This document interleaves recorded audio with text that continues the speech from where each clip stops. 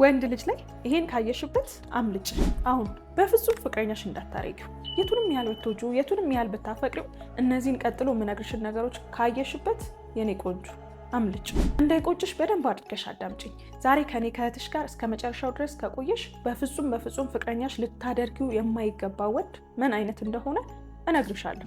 ከአንቺ የሚጠበቀው ቪዲዮን ላይክ አድርጎ መጀመር ብቻ ነው። አብራችሁኝ ቆዩ።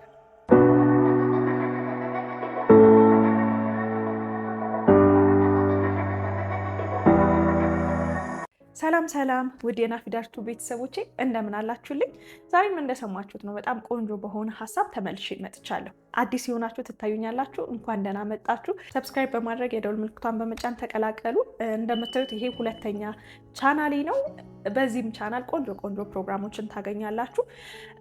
በፍጹም ፍቅረኛሽ ማድረግ የሌለብሽ ወንድ አለ። ለምንድን ነው እንደዚህ የሚባለው? ፍቅር አይደል ወይ ዋናው? ፍቅር ከያዘን ፍቅር ካለ ምን ችግር አለው የምትሉ በጣም ብዙ የዋህ የሆናችሁ ሰዎች ትኖራላችሁ። ያ ግን በጣም ትክክል አይደለም። አሁን ላይ በጣም ብዙ የምንሰማቸው የምናያቸው ነገሮች አሉ። ፍቅር ተብሎ ተገብቶ ስለምወደው ስለማፈቅረው ነው ያገባሁት ምናምን የሚሉ ነገሮችን ይዘው በጣም ብዙ ሰዎች እየተሰቃዩ የተቸገሩ ይገኛሉ። ፍቅር አያስፈልግም፣ ፍቅር ሳትይዙ ግቡ ልል እንደማልችል መቼስ ሁላችሁም ታውቃላችሁ። ፍቅር በጣም ወሳኝ ነገር ነው፣ መኖር ያለበት ነገር ነው። ግን ደግሞ ፍቅር ብቻውን በቂ አይደለም። ስለተዋደዳችሁ ስለተፋቀራችሁ ብቻ ስኬታማ ጤነኛ የሆነ ደስተኛ የሆነ ህይወት አይኖራችሁም። ሌላ የግድ ማየት ያለባችሁ ማስተዋል ያለባችሁ ነገሮች አሉ ከፍቅር በተጨማሪ ማለት ነው። ስለዚህ ዛሬ እሱን ነው የምነግራችሁ። እነዚህን ቀጥሎ የምዘረዝራቸውን ነገሮች ካየሽበት በፍጹም ለፍቅር ግንኙነት አይሆንም። በደንብ አድርገሽ አስቢበት። እንደዚህ አይነት ሰው ከገጠመሽ ሮጠሽ አምልጪ። የእውነቴን ነው የምለው። የመጀመሪያው ነገር አላማ የሌለው ነው። አላማ ከሌለው ሰው ጋር የፍቅር ግንኙነት መጀመር ማለት እንግዲህ ወዴት እንደሚሄድ የማታውቂው ባስ ውስጥ መሳፈር ማለት ነው። በጣም ከባድ ነገር ነው። ታደርጊዋለሽ፣ ትሳፈሪያለሽ። የት እንደሚሄድ ሳታቂ ሳትጠይቂ ባስ ውስጥ ዘለሽ ትገቢያለሽ ወይ ታክሲ ውስጥ ዘለሽ ትገቢያለሽ። አትገቢም አይደለ? መድረሻሽን የት ነው የሚሄደው፣ ቤት ነው የሚሄደው፣ እንዴት ነው ትጠይቂያለሽ። በዚህ በኩል ያልፋል አያልፍም እያልሽ እኮ ትጠይቂያለሽ። የፍቅር ግንኙነት ላይም እንደዛ ነው። ምን ማድረግ እንደሚፈልግ፣ የት መሄድ እንደሚፈልግ፣ ምን ማሳካት እንደሚፈልግ ከማያውቅ ሰው ጋር ዝም ብሎ እንደ ነገሩ ከሚኖር ሰው ጋር የፍቅር ግንኙነት መመስረት በጣም ዋጋ ያስከፍልሻል። አንቺም ብቻ ሳይሆን ያው በኋላ ላይ እንግዲህ ትዳር ውስጥ ገብተሽ ከዛ ልጆችን መጥተው ብዙ ቤተሰብን ዋጋ የሚያስከፍል ነገር ነው የሚሆነው። ስለዚህ በምርጫሽ በጣም መጠንቀቅ አለብሽ። አላማ ከሌለው ሰው ጋር የፍቅር ግንኙነት፣ አላማ ከሌለው ሰው ጋር ህይወት ብለሽ መጀመር የለብሽም። በጣም አስቢበት። አላማ ግድ ነው፣ ለወንድ ልጅ በጣም ግድ ነው። እንደ ዋና መስፈርትሽ መሆን አለበት። ልክ አላማ የሌለው ሰው ሲገጥምሽ ሬድ ፍላግ ነው። በቃ አይ ከዚህ ሰው ጋር ምንም አይሆንም ብለሽ መደምደም አለብሽ። የማይሆን ስለሆነ ማለት ነው። ምን ማድረግ እንደሚፈልግ በህይወቱ ይሄን ማድረግ አለብኝ፣ ይሄን ማሳካት አለብኝ ብሎ ኤነርጄቲክ ካልሆነ መሆን የሚፈልገው ማድረግ የሚፈልገው ነገር ከሌለ አንዳንዴ ደግሞ ይሄንን ሚስ ማድረግ የሌለብሽ ነገር እንዴት ነው እንደ አላማ የሌለው ሰው አለ እንደ የሆነ ነገር አረጋለሁ የሆነ ነገር አሳካለሁ የማይል ሰው የለም የምትሉ ትኖራላችሁ። አላማ መኖር ማለት እኮ የሆነ ነገር እንዲኖረኝ እፈልጋለሁ ብሎ እጅና እግርን አጣጥፎ መቀመጥ ማለት አይደለም። አላማ መኖር ማለት አያስተኛም፣ ያሰራል፣ ያስነሳል፣ የሆነ ነገር ያስሞክራል። ምን ያደርጋል? አላማ ያለው ሰው እንደዛ ነው የሚያደርገው። ይለፋል፣ ይሞክራል፣ ይጥራል አላማውን ለማሳካት ማለት ነው እንጂ እንደዚህ እንዲሆን እኮ እፈልጋለሁ፣ እንደዚህ ማድረግ እኮ እፈልጋለሁ፣ መቀየር እፈልጋለሁ፣ ይሄ ስላልተመቻቸ ነው እንጂ ይሄ ስላልሆነ ነው እንጂ ብሎ የሚያማርር ብሎ ምክንያት ሰበብ የሚደረድር ሰው አላማ አለው ብለሽ እንዳትቀበይ። አላማ ያለው ሰው እንቅልፍ የለውም። በቃ አላማውን ለማሳካት ይጥራል፣ ይሞክራል። ታይዋለሽ፣ በተግባር ታይዋለሽ። በሚያደርገው ነገር በሚነግርሽ ብቻ ሳይሆን በሚያደርገው ነገር አላማ እንዳለው በደንብ አድርገሽ ታውቂያለሽ። እና አላማ ከሌለው ሰው ጋር ፍቅርን እንዳታስቢ፣ ይቅርብሽ ባይ ነኝ። በጣም ብዙ ሴቶች በዚህ ሰዓት በቃ ሪግሬት የሚያደርጉበት ነገር ነው፣ የሚቆጩበት ነገር ነው። ትዳር ላይም ሆነው ረዥም ዓመት የፍቅር ግንኙነት ውስጥም ቆይተው በቃ ድካም ነው የሚሉ በጣም ብዙዎች አሉ። ምክንያቱም አላማ ከሌለው ሰው ጋር ኑሮ ማለት ዝም ብሎ መኖር አለ አይደለም? እንደው ዝም ብሎ መኖር እንደ ልጆች አሁን እንዴት ነው የሚኖሩት? ዝም ብለው ነው የሚኖሩት አይደለ? የሰጣቸውን ይቀበላሉ፣ የሆነ ነገር ይጫወታሉ፣ ይኖራሉ። ለምን?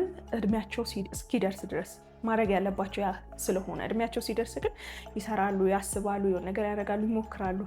የልጅነት እድሜውን ካልጨረሰ ሰው ጋር መሆን ማለት ነው አላማ ከሌለው ሰው ጋር መሆን። ልክ እንደ ልጅ ዝም ብሎ መኖር፣ የሆነ ነገር ማድረግ፣ የሆነ ነገር ማሳካት እንደ ትልቅ ሰው ለልጅ የሆነ ነገር ማድረግ ባለበት እድሜው ላይ እንደ ልጅ ከሚኖር ሰው ጋር ህይወት ከባድ ነውና በደንብ አድርገሽ አስቢበት። ይሄ መስፈርትሽ ይሁን፣ ክራይቴሪያሽ ይሁን።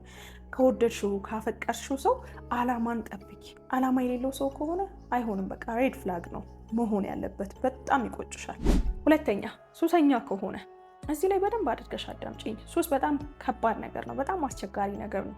መግቢያው በጣም ሰፊ የሆነ መውጫው ደግሞ በጣም ጠባብ የሆነ ሰው አንዴ ከገባ ለመውጣት የማይችልበት በቃ በጣም ከባድ የሆነ ነገር ነው።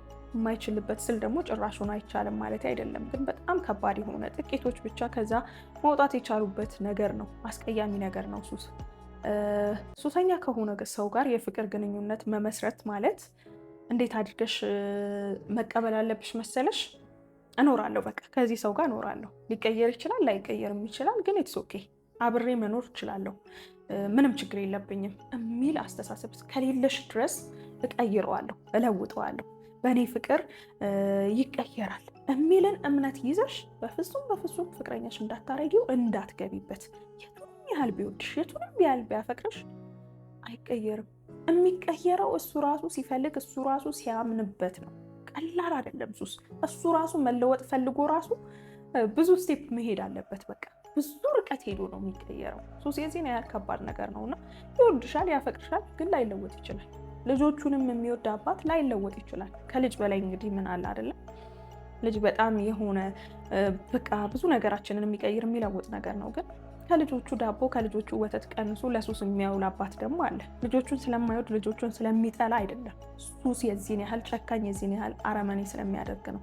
ከባድ ነገር ነው ሱስ። እና ሱስ ውስጥ ያለ ሰው ፍቅረኛሽ ለማድረግ ስትወስኝ እቀይረዋለሁ ለውጠዋለሁ ሳይሆን ባይለወጥም ችግር የለውም እቀበለዋለሁ፣ መኖር እችላለሁ፣ የሚበልጥብኝ ነገር አለ ብለሽ መሆን አለበት። ምክንያቱም ሊቀየር ይችላል፣ ላይቀየር ይችላል። እግዚአብሔር ረድቶሽ አንቺ ጥረት አድርገሽ እሱም ፍላጎት ኖሮት ሊቀየር ይችላል፣ እሰየው። ካልተቀየረም ግን በቃ ችግር የለው እኖራለሁ፣ ቀበለዋለሁ ብለሽ መሆን አለበት። ያ ከሬጅ ከሌለሽ ከነሱሱ ተቀብዬው እኖራለሁ የሚል እምነት ከሌለሽ ቀይረዋለሁ ብለሽ በፍጹም በፍጹም እንዳትገቢበት። ከቀየርሽው እንደዚሁ ቀይሪው። እንደዚሁ ገና ፍቅር ግንኙነት ውስጥ ትዳር ውስጥ ምናምን ሳትገቡ ቀይሪው። የምትቀይሪው ከሆነ የሚቀየርልሽ ከሆነ የምታምኚ ከሆነ ያንን። ግን ትዳር ውስጥ ገብተሽ ፍቅር ውስጥ ገብተሽ ቀይረዋለሁ ብለሽ በፍጹም እንዳታምኚ፣ እንዳትጠብቂ። በቃ የሆነ በጣም ዝቅተኛ ፐርሰንት ነው ቻንሱ። ስለዚህ ከሆነ እሰየው ሆነ፣ ካልሆነም ግን እኖራለሁ የሚለውን ይዘሽ እንድትገቢ ነው የምመክርሽ እኔ። ከዛ ውጪ ያንን የማድረግ አቅም ከሌለሽ ሱሰኛ ከሆነ ሰው ጋር ፍቅር ይቅርብሽ። ምክንያቱም ቅድሚያ አይሰጥሽም። ቅድሚያ የሚሰጠው ሌላ አካል አለ። ሱስ የሚባል ነገር አለበት። ከዛ ላይ ተነስቶ አንቺን ለማግኘት አይመጣም። ከዛ ላይ ተነስቶ ለአንቺ ጊዜ አይሰጥሽም። ከዛ ላይ ተነስቶ አንቺን አያስብም። የሚያስበው አንድና አንድ ሱሱን ነው። ከባድ ነው፣ በጣም ከባድ ነገር ነው። ስለዚህ በደንብ አስቢበት። ይህንን ስል መቀየር አይቻልም፣ መለወጥ አይቻልም፣ ብዙ የተቀየሩም የሉም ማለት አይደለም። አሉ፣ በጣም አሉ። ግን አንቺ ሬዲ ነሽ ወይ? አንቺ ራስሽን ጠይቂ። ይሄን እንደዚህ አድርጊ አታርጊ ሳይሆን ራስሽን ጠይቂ። ሬዲ ነኝ ወይ? ያንን ሳክሪፋይስ ለመክፈል ያንን መስዋዕትነት ለመክፈል እንደዚህ ለማድረግ ዝግጁ ነኝ ወይ? እሱስ ይቀየራል ወይ የሚለውን ራስሽን ጠይቀሽ ራስሽን መልሽ። በጣም አስቸጋሪ ነገር ስለሆነ ነው። እኔ ግን የምልሽ እንደ ሀሳብ ይሄንን ነው ማለት ነው። ሶስተኛ ማቹርድ ካልሆነ ሰው ጋር። ማቹሪቲ በጣም ወሳኝ ነገር ነው። መብሰል፣ ነገሮችን የምናይበት ነገር እይታችን።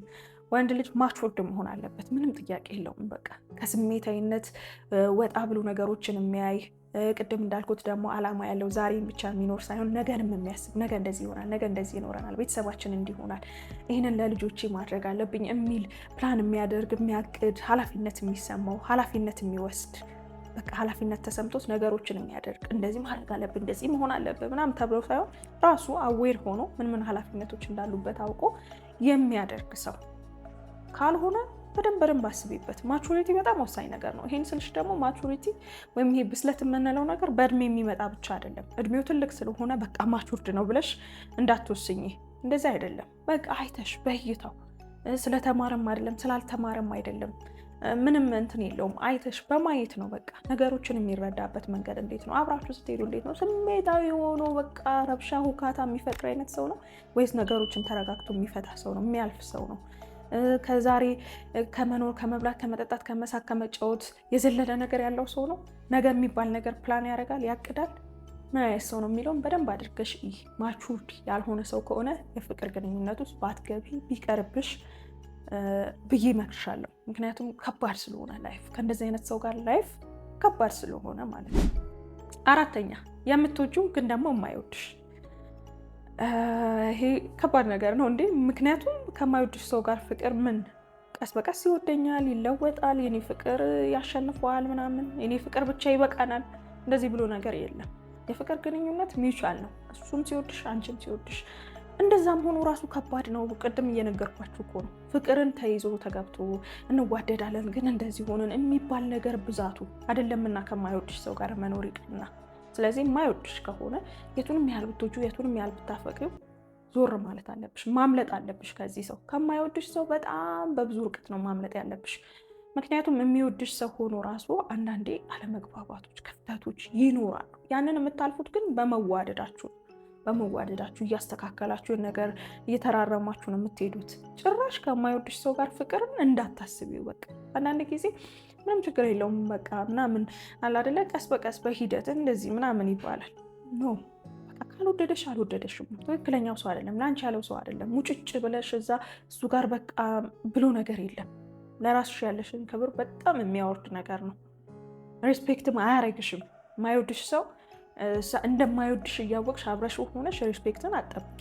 ስለዚህ ይቅርብሽ። ከማይወድሽ ሰው ጋር የፍቅር ግንኙነትን እንዳታስቢ። 5ኛ የማያከብርሽ። አዎ መከባበር በጣም ወሳኝ ነው። በፍቅር ግንኙነት ላይ በጣም ሲሪየስ ጉዳይ ነው። በክብርሽ ጉዳይ ላይ እንዳትደራደሪ። እንድትከበሪ ማድረግ ያለብሽ ነገር አለ። ማድረግ ያለብሽን ነገር አድርጊ። እንደውም ከዚህ በፊት የሰራሁት ቪዲዮ ላይ መመልከት ትችላለሽ። ዲስክሪፕሽን ላይ ያስቀምጥላችኋለሁ ካላያችሁት። ወንድ ልጅ እንዲያከብርሽ ማድረግ ያለብሽ ነገር አለ፣ እንድትከበሪ። ክብር እንዲሁ ዝም ብሎ የሚመጣ ነገር አይደለም። በነገራችን ላይ እንከባበር ምናምን እንላለን ብዙዎቻችን፣ ግን የሚያስከብረንን ነገር አድርገናል ወይ? ካደረግን አክብረኝ፣ እንከባበር፣ እንዲንሆን ምናምን መባባልም አይጠበቅብን። ሰው እንዲሁ ያከብረናል። እኛም ማድረግ ያለብንን ነገር ካደረግን ማለት ነው። የሚያስከብረው ስራ ነው አይደለ? ዞሮ ዞሮ። ስለዚህ እንድትከበሪ ማድረግ ያሉብሽን ነገሮች ማወቅ የምትፈልጊ ከሆነ በዝርዝር ዲስክሪፕሽን ላይ ቪዲዮን አስቀምጥልሻለሁ፣ ተመልከቹ። 6ኛ ላይ ደርሰናል። ነፃነትሽን የሚነሳሽ ነፃነትሽን የሚያሳጣሽ አይነት ሰው ከሆነ አንዳንድ ሰዎች በቃ ስለምወዳት ስለማፈቅራት ምናምን በሚል ኦቨር ኮንትሮሊንግ ይሆናሉ። በቃ ከመጠን ያለፈ ቁጥጥር። ማን ደወለልሽ? ለምን ደወለልሽ? ለምን ቴክስት ጻፈልሽ? የት ወጣሽ? የት ገባሽ? ይሄን ማለብሰሽ አትወጪም፣ እንደዚህ ማትሆኝም።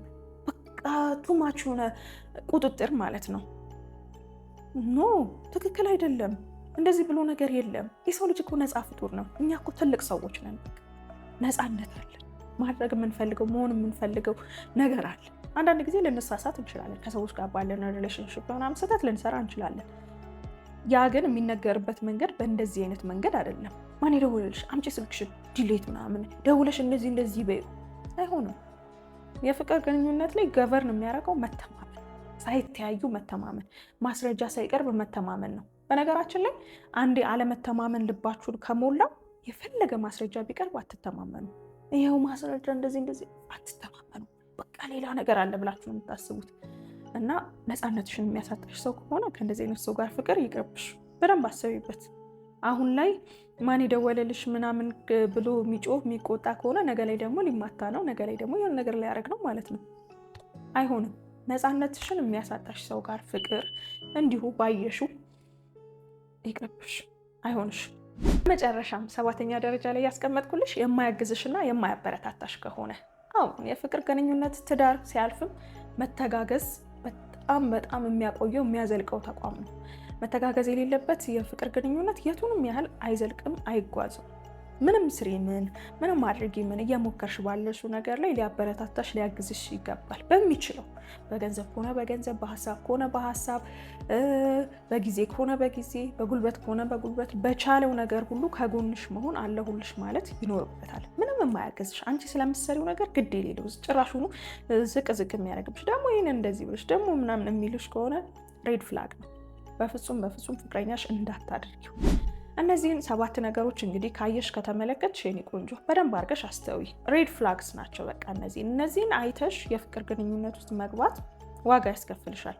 ስለዚህ በደንብ አድርገሽ አስቢበት። አንድ ልጅ ላይ እነዚህን ነገሮች ካየሽ ከተመለከትሽ አምልጭ። ምንም ቶለሬት የሚደረግ ነገር አይደለም። የዛሬው ቪዲዮ ይሄንን ይመስል ነበር። እንዴት አገኛችሁት? እስኪ ሀሳባችሁን ኮመንት ላይ ጻፉልኝ። እንደጠቀማችሁ እንደወደዳችሁት እርግጠኛ ነኝ። እዚህ ድረስ መጣችሁ ተመችቷችሁ ተከታትላችሁ ቪዲዮ ላይክ ሳታደርጉ እንዳትወጡ። ቪዲዮ ላይክ በሚደረግበት ሰዓት አልጎሪዝሙ ለብዙ ሰዎች እንዲደርስ ስለሚያደርገው ፕሊስ ሁል ጊዜ የኔ ቪዲዮዎች ሲመጡላችሁ ላይክ ሳታደርጉ እንዳትወጡ። ይጠቅማል ለምትሉትም እንደዚሁ ሼር አድርጉት። በቀጣይ በሌላ ቆንጆ ቪዲዮ እመለሳለሁ። ሰብስክራይብ ያላደረጋችሁ ካላችሁ ሰብስክራይብ በማድረግ ተቀላቀሉ። በቀጣይ በሌላ ቆንጆ በሆነ ቪዲዮ እስከምንገናኝ ድረስ ሁላችሁንም ወዳችኋለሁ። ሰላም ቆዩልኝ።